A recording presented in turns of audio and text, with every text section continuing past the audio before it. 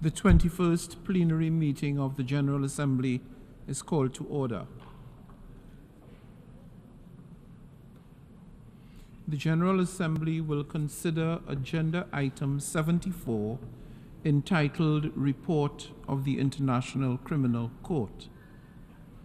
In connection with this item, the Assembly has before it the report of the International Criminal Court covering the period from 1st of August 2022 to 31 July 2023, contained in document A/78/322 and reports of the Secretary General circulated in documents A/78/320 and A/78/321. In connection with this item, the Assembly also has before it a draft resolution issued as document A/78/L6. The President will now deliver a statement.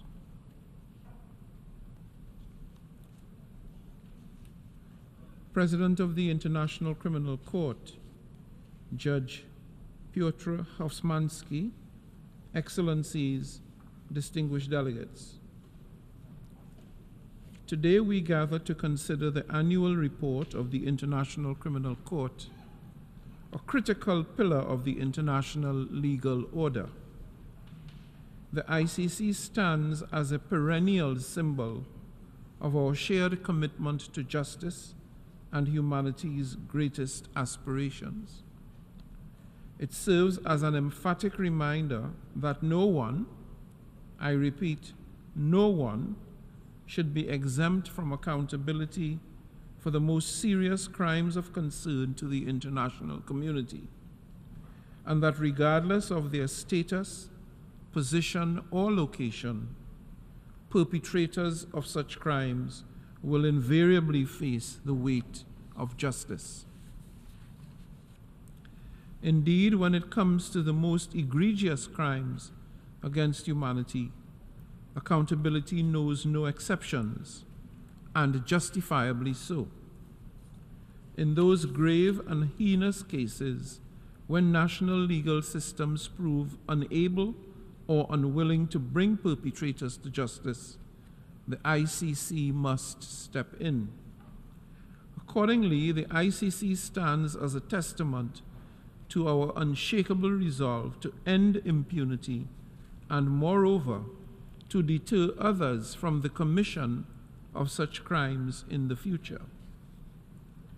The Court is indeed a truly unique embodiment of our collective resolution to upholding the principles of justice and accountability.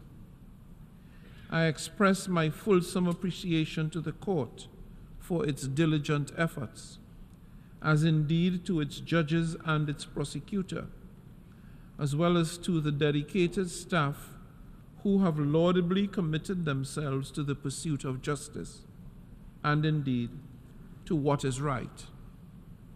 The report highlights both the progress and challenges faced by the ICC this year, specifically as regards the prevention and punishment of genocide, war crimes, crimes against humanity, and the crime of aggression. These principles are fundamental to our global vision of peace and are integral to our mission of maintaining international peace and security, promoting respect for human rights, and delivering justice to those who have suffered the gravest injustice. Ladies and gentlemen, we must acknowledge that the Court operates in a multifaceted international landscape. Its jurisdiction spans cases where state parties have brought situations to the attention of the Court, including situations referred by the United Nations Security Council. While it may present a unique set of challenges, this duality in referral mechanisms underscores the importance of international cooperation. Despite these challenges, the hope for universal ratification of the Rome Statute and the Kampala Amendments serve as a profound affirmation of the International Criminal Court's enduring commitment to justice. As more countries join and support the ICC, the bold ambition of ending impunity for the most serious crimes becomes increasingly realistic to achieve. As we engage in this discussion, let us remember the voices of the victims, whose suffering must compel us to take meaningful action. I underscore the need for universal cooperation with the Court among UN member states in our common pursuit of a more just and peaceful world. I call upon states to support the ICC where it faces constraints in its pursuit of justice, including predictable funding to effectively undertake its investigations and prosecutions. In line with the fundamental principle of complementarity, states should cooperate with the ICC and with each other in investigations and prosecutions, including by sharing information and evidence to uphold the rule of law and ensuring accountability for the most serious crimes. Let us remain committed to strengthening the international legal framework and ensuring that the ICC continues to fulfill its essential role in our global efforts to prevent impunity and injustice and to promote lasting peace. I thank you and look forward to a fruitful discussion on this important matter.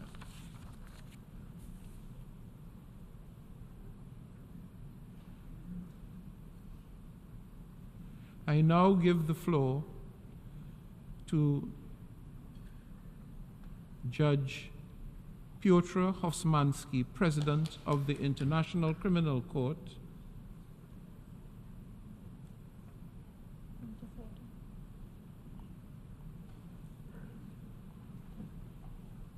I acknowledge the Russian Federation, who it seems has a point of order. Да, господин председатель, большое спасибо за то, что вы мне предоставили слово. И перед тем, как мы перейдем к дебатам, я предлагаю поставить на голосование резолюцию, которая перед нами находится, А/78, проект L.6. Я предлагаю провести голосование, а затем переходить к обсуждению.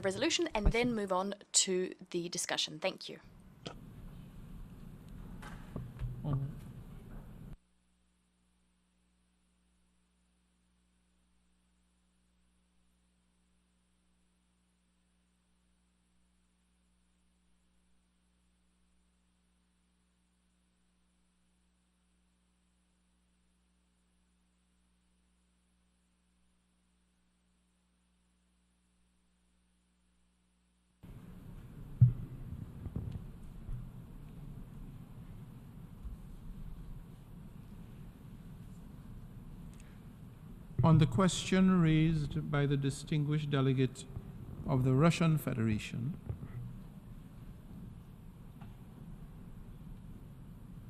I should like to advise that I propose to conduct this meeting in accordance with the established practice, which is that we will have the debate, at the end of which there will be a vote on the resolution. Thank you.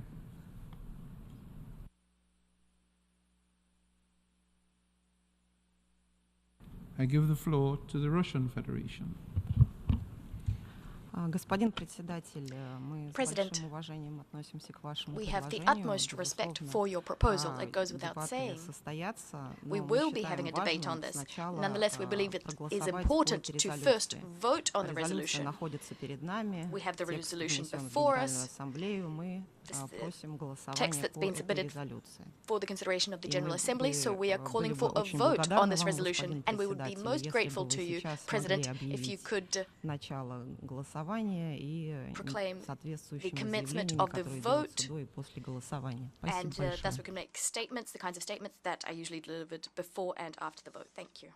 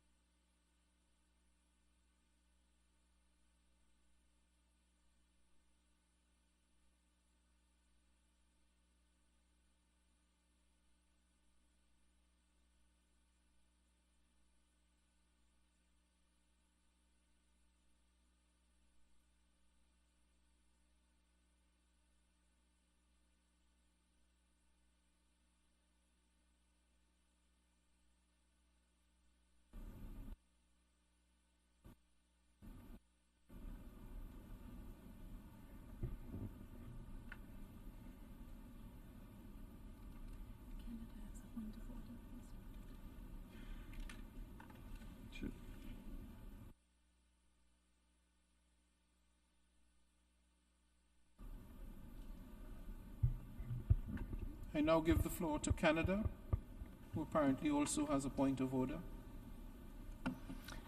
Thank you, Mr. President. I would like to thank you and thank my colleague for our comments.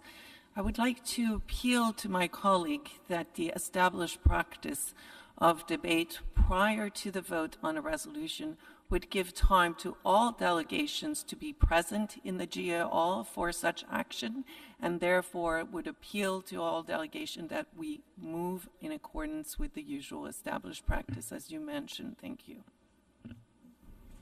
Thank you, Canada.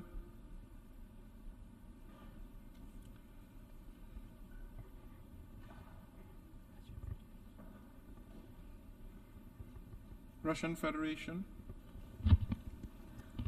Благодарю вас, господин председатель.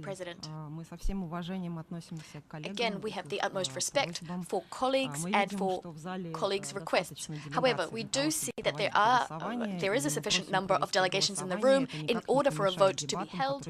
We would like a vote to be held, and this will not undermine the debate, which we will of course have on this agenda item.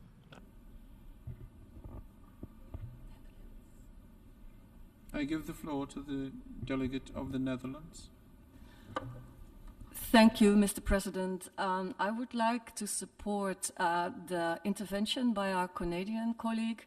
I think it's important that we hold the debate according to the usual practices and give all member states, time to prepare for a vote that is apparently going to come. I think it would be unwise to have the vote before we've had a substantive debate on the resolution. I thank you. Thank you.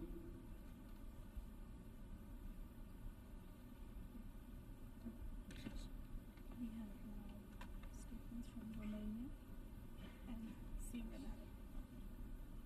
I give the floor to the delegate of Romania. Thank you, Mr. President. I would also like to express support for your appeal and for your ruling to proceed with the general debate and then to vote on the resolution. It is not only in accordance with the practice, we do the same with other reports, but it's also linked to the fact that the resolution itself references the report that is about to be presented. And logically, we'll have to first listen to the report, to react to it, and then to vote on the resolution. Thank you. I now give the floor to the Syrian Arab Republic. شكرا السيد الرئيس. Thank you, Mr. President. وفد بلادي يدعم المقترح الروسي بالتصويت على مشروع القرار. Namely, to start by voting on the draft resolution. And we think that all delegations know that there is a draft resolution that will be put up for vote in this session. And we think that it's of paramount importance to start by voting because the results of voting will reflect the positions of different countries, and this will be a very good indication of the path of our debate. Thank you.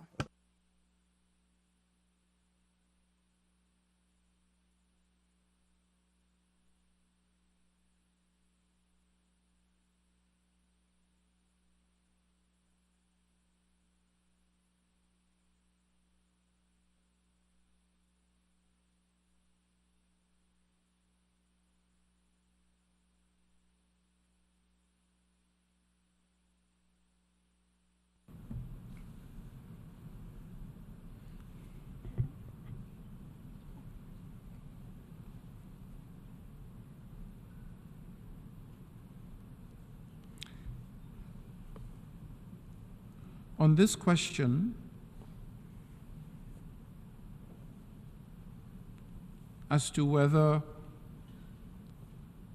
we should have the vote now or at some other designated time, allowing first the debate to take place, I would like to advise as follows.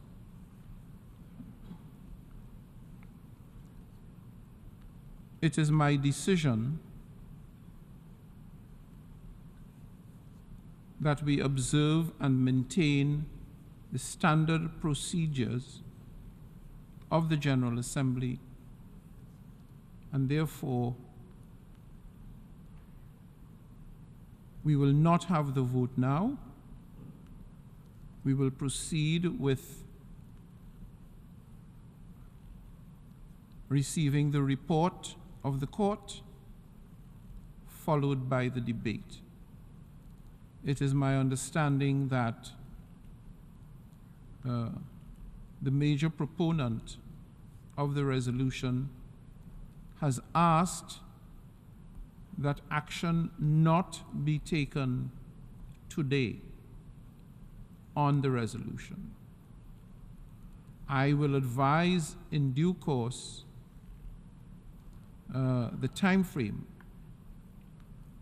for action, but based on the request of the proponent, action on the report will not be taken today.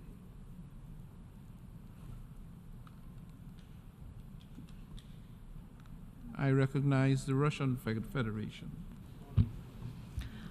Господин председатель, мы, безусловно, относимся с уважением к вашему предложению, к вашему решению.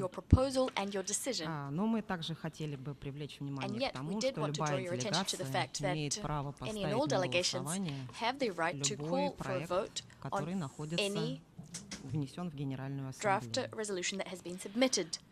Если вы, господин председатель, настаиваете на том, чтобы начались дебаты, чтобы выступил председатель суда и другие государства, тогда я прошу вас, я не буду оспаривать ваше решение, но я попрошу вас, чтобы это голосование состоялось сейчас в первой половине дня, вот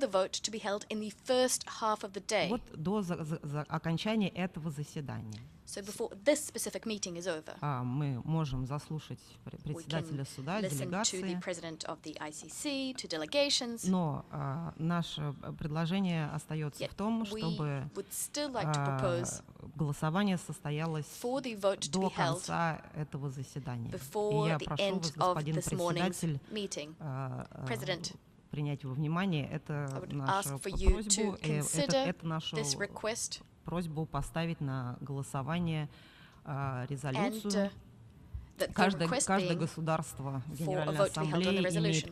Every General Assembly delegation has the right to call for a vote on any and all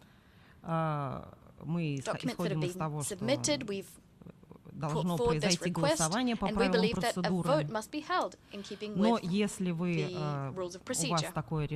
However, you have taken the decision to postpone the vote a little bit, to give председателю суда, the то president мы of the просим вас, ICC an чтобы вы opportunity также to решили, speak. что это Well, since you've taken голосование that decision, состоится we'd в конце also like for этого you заседания. to Благодарю вас. decide for this vote to be held before the end of this morning's meeting. Thank you. Thank you. The chair now offers the floor to the delegation of the Netherlands. Thank you very much, Mr. President. And just to once again reiterate it, that we've requested for the vote to be deferred because this is the first time that this resolution will be voted on. And we want to give every member state the opportunity to participate in the debate and in the vote and to have adequate time to prepare for that. So it's simply a matter of giving all member states the opportunity to participate in this debate on equal footing. Thank you.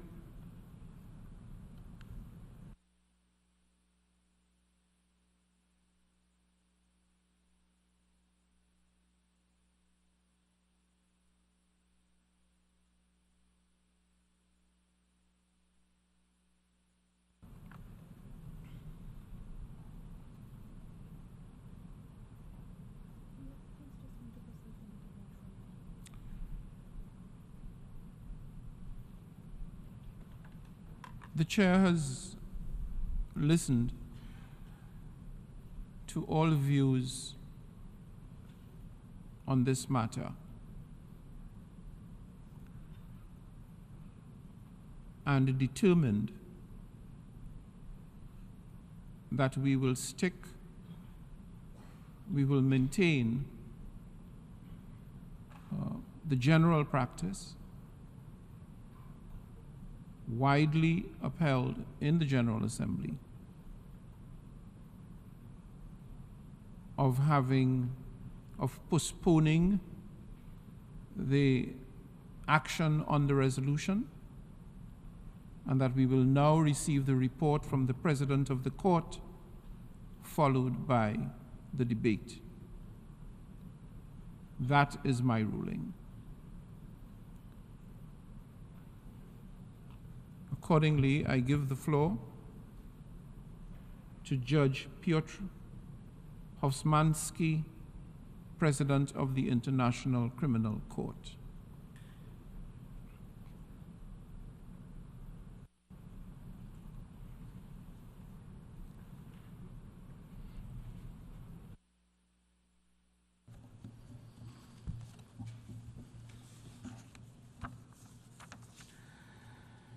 Mr. President of the General Assembly, esteemed delegates, ladies and gentlemen, it is an honor to stand before this Assembly for the third and final time as President of the International Criminal Court.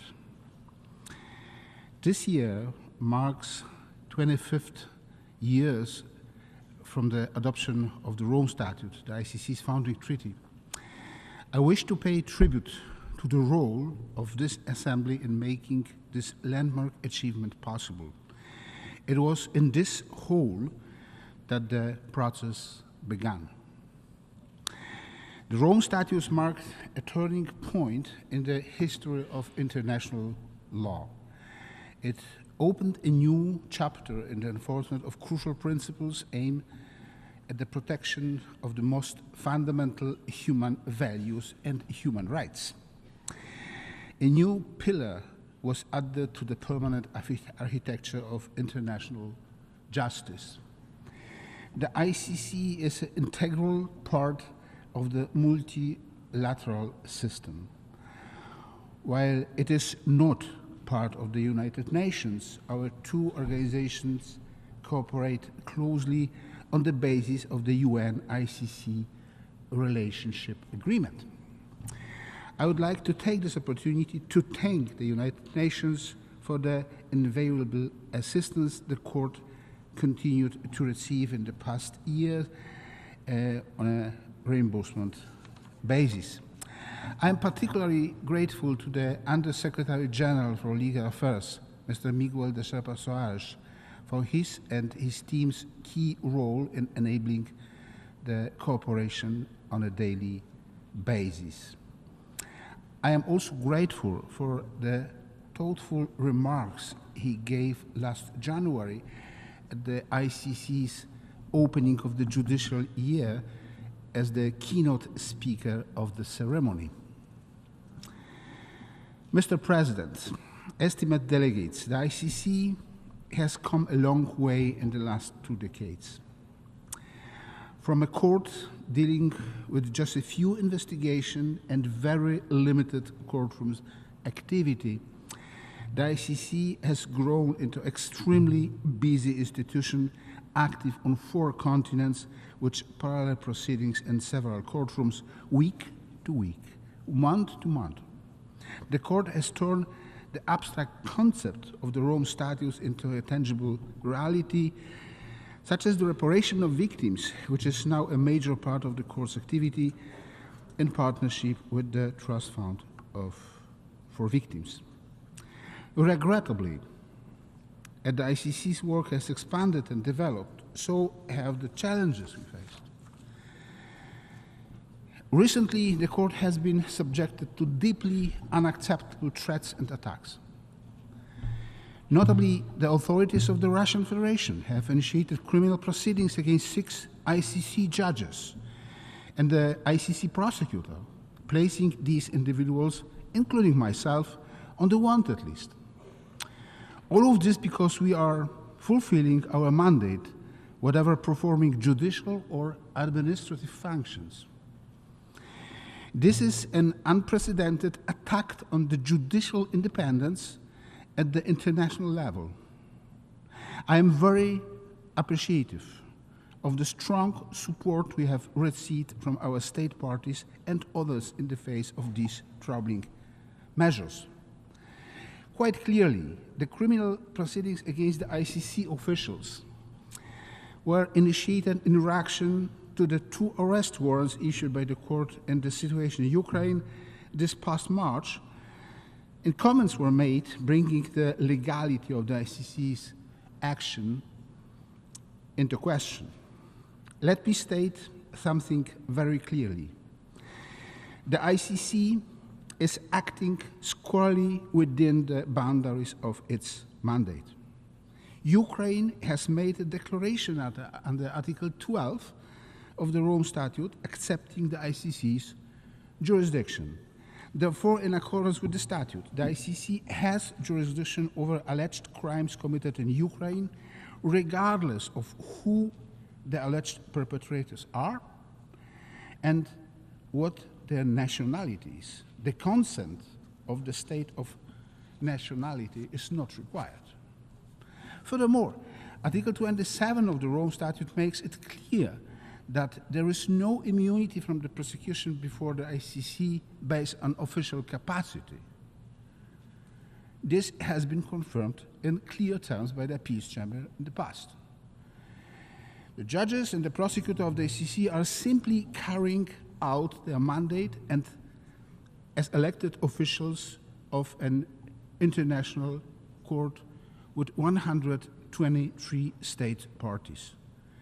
I find it unacceptable that my colleagues and I should be subjected to intimidation for that reason. Mr. President, esteemed delegates, I am also gravely concerned by a recent cyber attack against the court's information system. While we are not able to determine at this point who was behind, the evidence available so far points to a targeted and highly sophisticated attack with the objective of espionage. As such, this attack is a serious attempt to undermine the court's mandate. I would like to express the court's gratitude to our host state, the Netherlands, for the excellent support it has provided for the immediate and forceful steps we have taken to respond to the cyber attack. We are undertaking a variety of steps to upgrade and enhance our digital systems to make them more resilient. The assistance of our host state was critical also for preventing last year an almost successful attempt to infiltrate a hostile intelligence officer into the court. Mr. President, esteemed delegates, I want to be clear that these challenges will not stop us from carrying out our mandate independently and impartially. Our work for justice continues with the fullest dedication every day. And so it must, because sadly the threat of armed conflicts and atrocity crimes is not diminishing in the world. Indeed, this is a painful time for our joint humanity. My heart cries at the reports of wars, attacks against civilians, and the suffering of our fellow human beings around the world. Humanity must be able to do better. Do you really have to resort to killing, torture, rape, and persecution? We don't. Nations and peoples have the capacity to coexist peacefully. We have the capacity to recognize universally applicable norms of prohibited conduct. This is why we have the Genocide Convention. This is why we have the Geneva Convention and the additional protocols. And Mr. President, this is why we have the International Criminal Court, to help ensure the effective implementation and enforcement of those critical norms of international law. Critical because they go directly to protecting the peace, security, and well-being of humankind. Mr. President, esteemed delegates, the past 12 months have been a very busy time for the ICC. There are a total of 16 active situations before the court at the moment. As you have the written report before you, I will highlight only selected key developments. The Peace Chamber upheld the conviction and the 25-year sentence in the case of Mr. Dominic Ongwen, brigade commander of the Lord Resistance Army, for crimes committed in northern Uganda between 2002 and 2005. Crimes of Mr. Ongwen was convicted for include the use of child soldier, attacks against the civilian population, murder, torture, and the sexual and gender-based crimes such as rape, sexual slavery, forced marriage, and forced pregnancy. In the situation of Ukraine, the pretrial 2 issued 2 arrest warrants in relation to alleged unlawful deportation of population, the unlawful transfer of children from occupied areas of Ukraine to the Russian Federation. There's also been a great deal of other activity happening in the court's 2 pretrial chambers in the past year, but a lot of it is confidential and therefore cannot be publicly discussed. There are now a total of 16 persons who are subject to publicly announced arrest warrants of the ICC relating to 8 different situations. I urge all states to assist the court by cooperating on the arrest and transfer of individuals subject of outstanding ICC arrest warrants. Meanwhile, the court is planning to enhance the capacity to work on the tracking of suspects. Mr. President, esteemed delegates, 3 trials at the ICC are currently in the presentation of evidence stage. 2 of these concerns events in the Central African Republic in 2013 and 2014, and 1 trial relates to the alleged crimes committed in Darfur, Sudan in 2003 and 2004. A fourth trial on alleged crimes committed in Timbuktu, Mali, was brought to conclusion, and the chamber is deliberating on its judgment. In the case of Maxime Mokom, in the situation of Central African Republic, the Office of the Prosecutor withdrew the charges earlier this month before the confirmation of charges hearing was conducted. The prosecutor informed the chamber that, having considered the totality of the evidence and in light of changed circumstances regarding the availability of witnesses, there was, in his view, no reasonable prospect for a conviction at trial.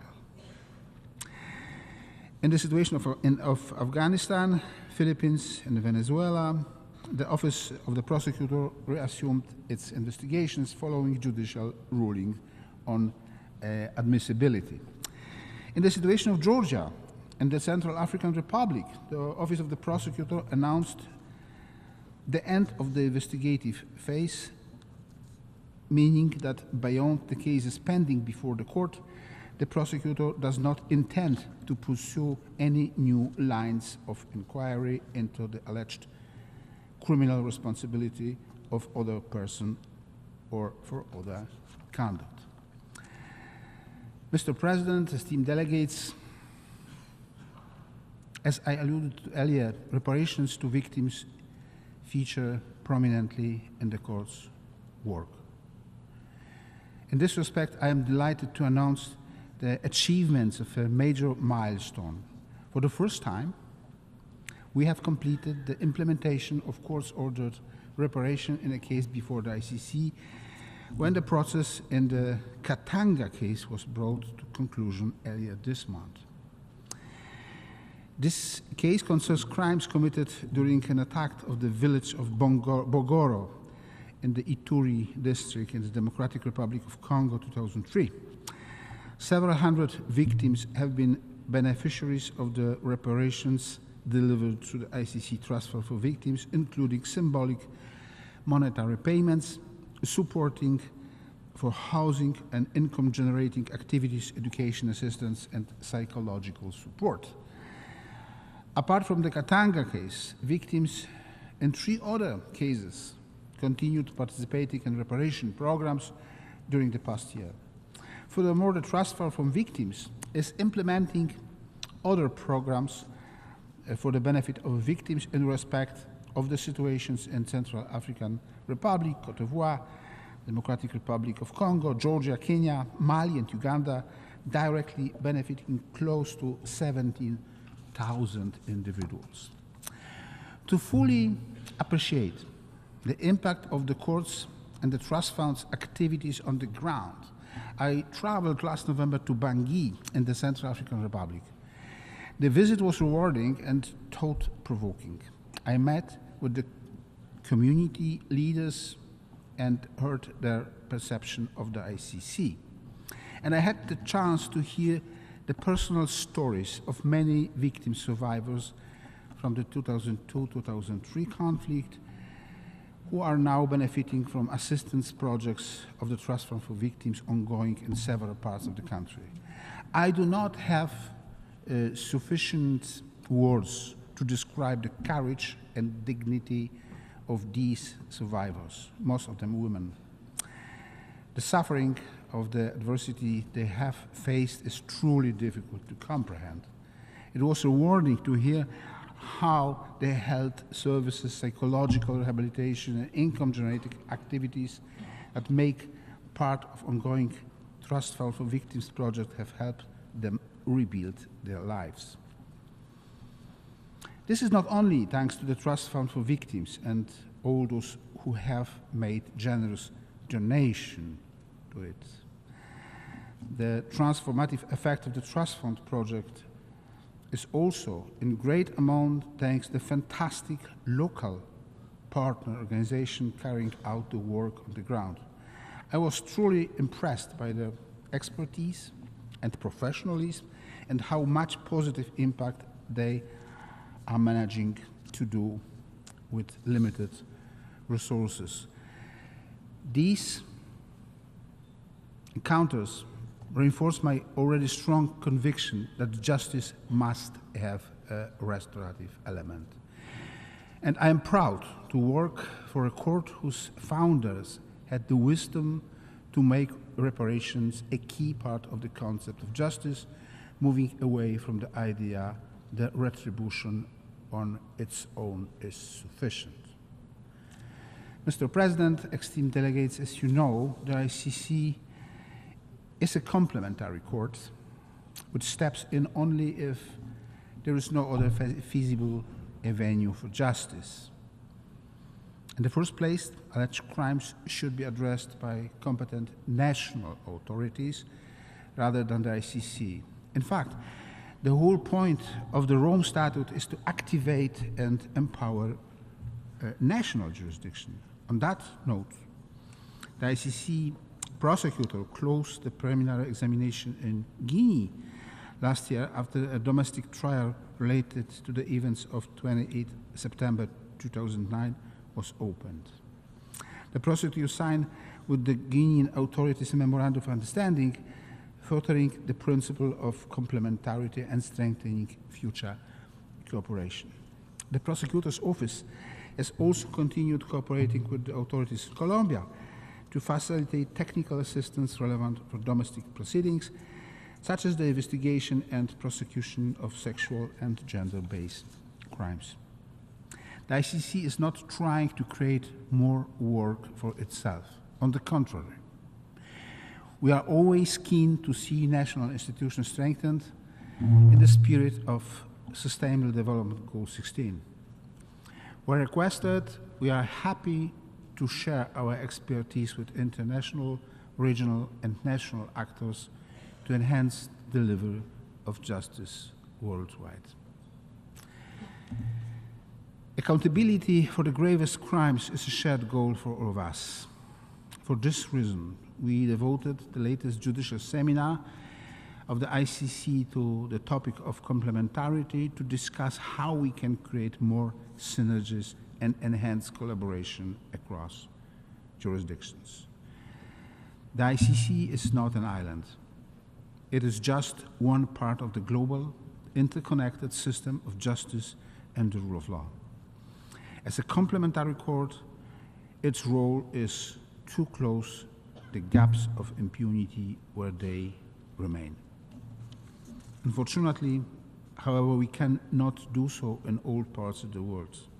As you know, the absence of a referral by the UN Security Council, the ICC's jurisdiction is limited to crimes committed in the territory or by a national of state parties to the Rome Statute, or a state that has accepted the court's jurisdiction.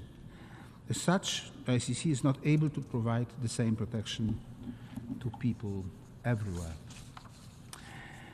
To address this imbalance, I encourage once again all states gathered in this hall to join the Rome Statute, if they are not yet parties to it. The ICC's cause is a cause of humanity, in the words of the late Kofi Annan. Why should you join the Rome Statute system? The reasons are many. Above all, it is better to be on the inside than on the outside. Join, and you will be part of the decision of the ICC's founding, the election of highest officials, and amendments to its legal framework. Join, and you gain additional legal protection for your country and your people against the most serious mass atrocities. Join, and you demonstrate your solidarity with victims everywhere. Finally, join the Rome Statute, and you show that you stand for peace, justice, and the protection of fundamental human rights. More than ever, we need the world to unite under these values. Thank you for your attention.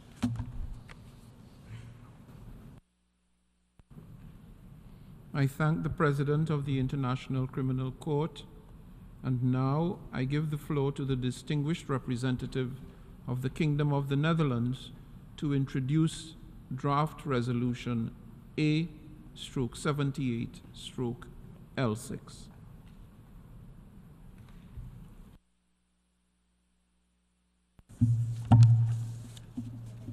Thank you, Mr. President. The Kingdom of the Netherlands aligns itself with the statement that will be given by the European Union.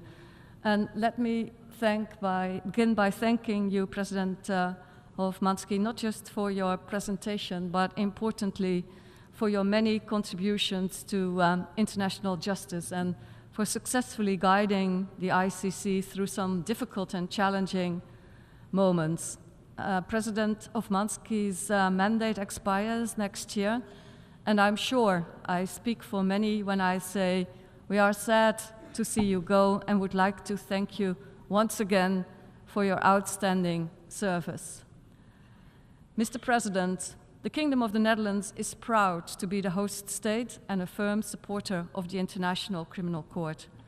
Given the importance of the topic at hand, please allow me to briefly address the following three issues: the fight against impunity, the strengthening of the Rome Statute system, and the draft resolution.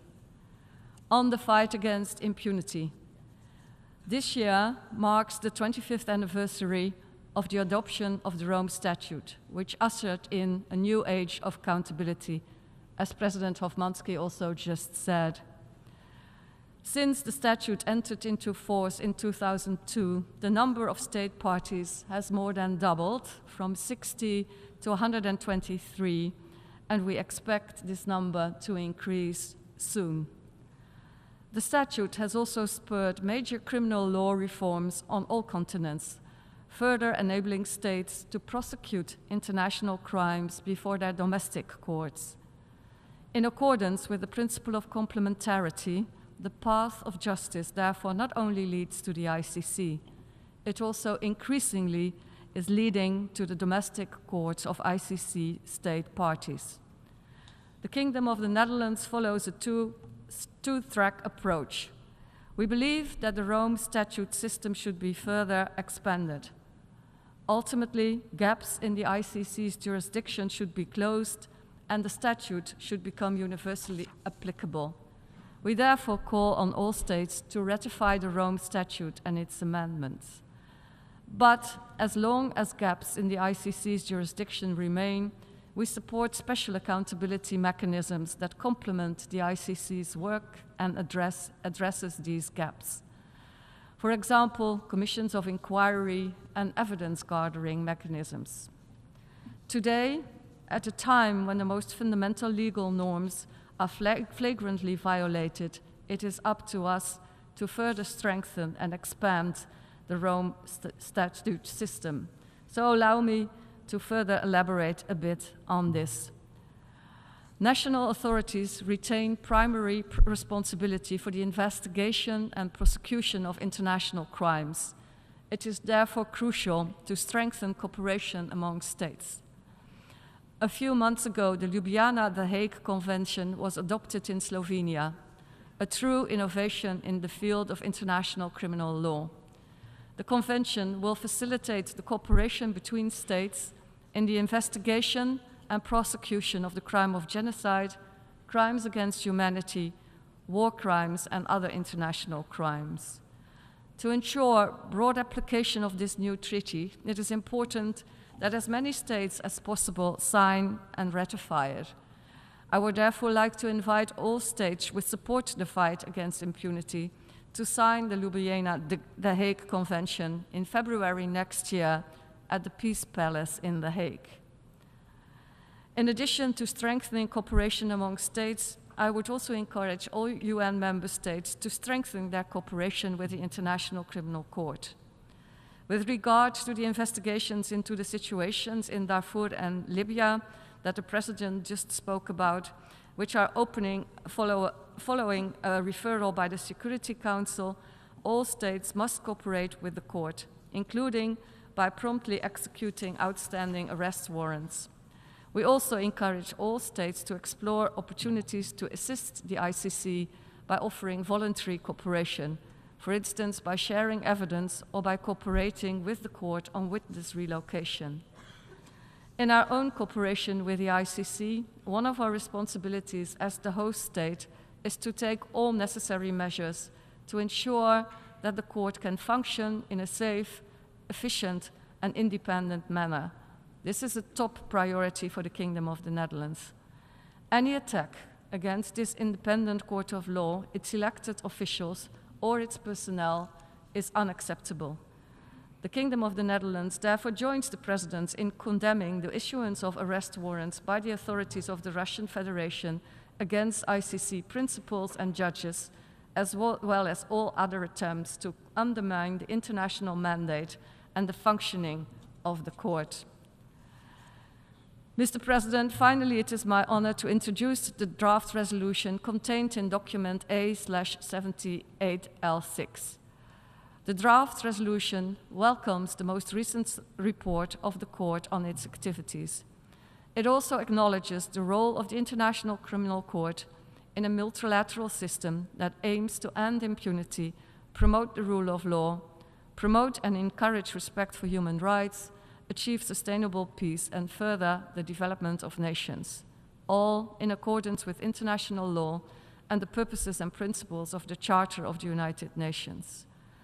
After last year's resolution was presented a substantive update, this year's draft is a technical rollover. I present the draft to the General Assembly for adoption and hope to count on your support for a resolution that I have just stated has had the consensus of the General Assembly since it was first adopted in 1995.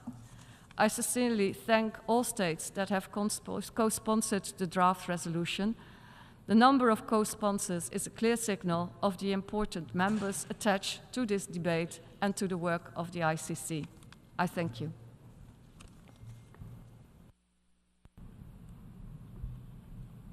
I should like to thank the distinguished representative of the Kingdom of the Netherlands. I now wish to inform members that action on draft resolution A/78/L6 will be taken at a later date to be announced. I now give the floor to the distinguished representative of the European Union.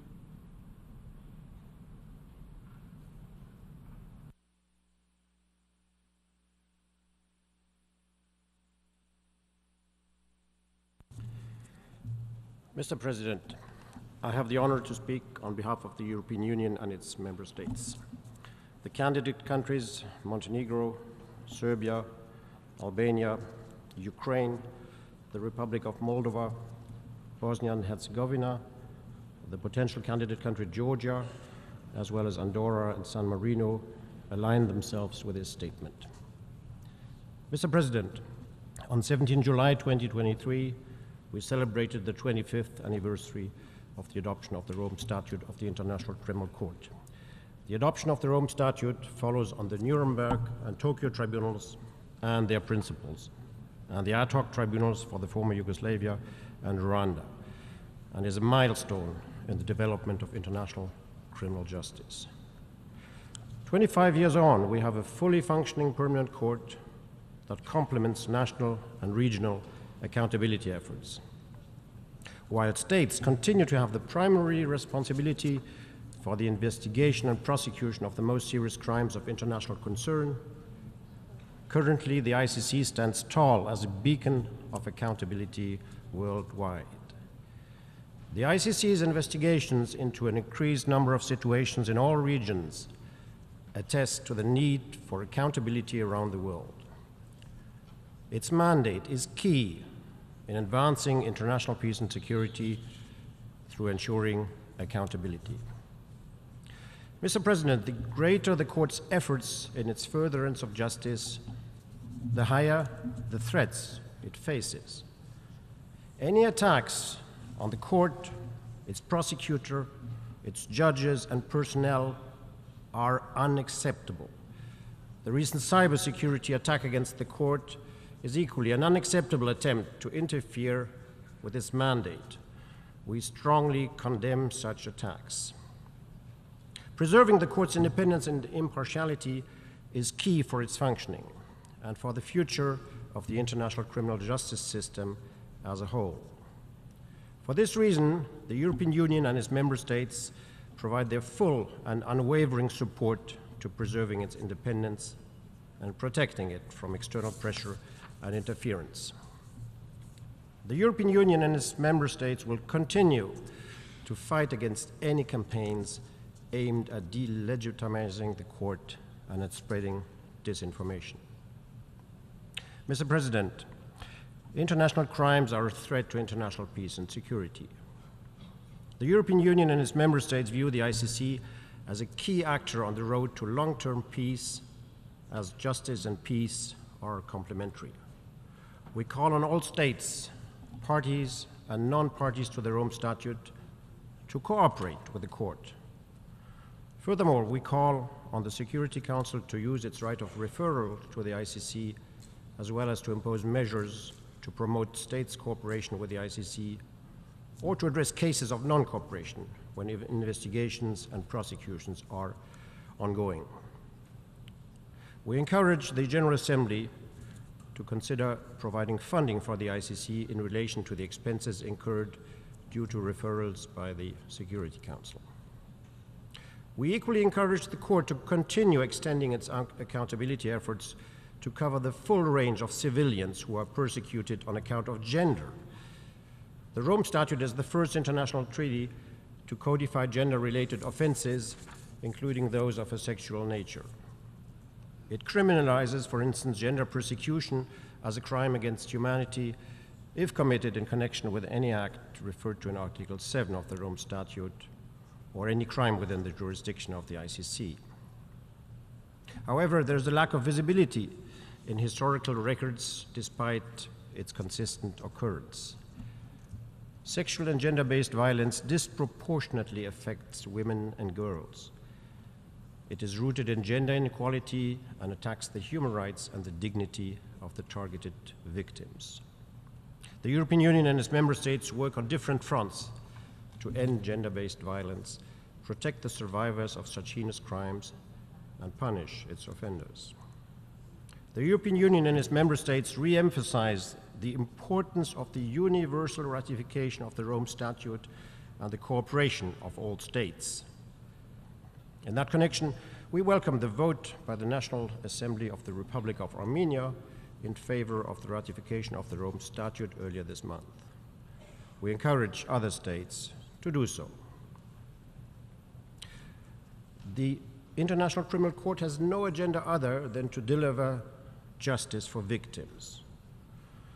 We welcome the series of reforms that aim to strengthen the Trust Fund for Victims and commend its reparation programs that benefited 17,000 individuals in 2022.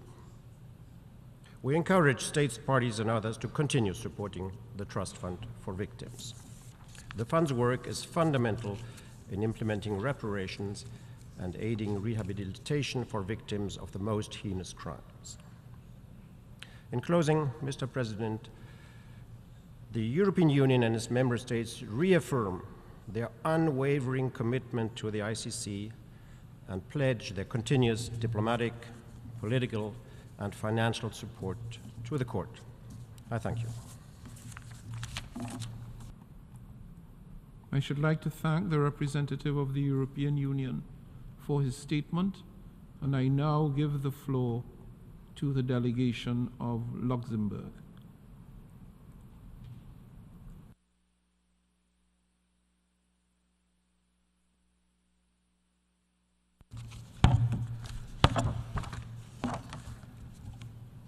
Monsieur le Président, le Luxembourg souscrit pleinement à la déclaration de l'Union européenne.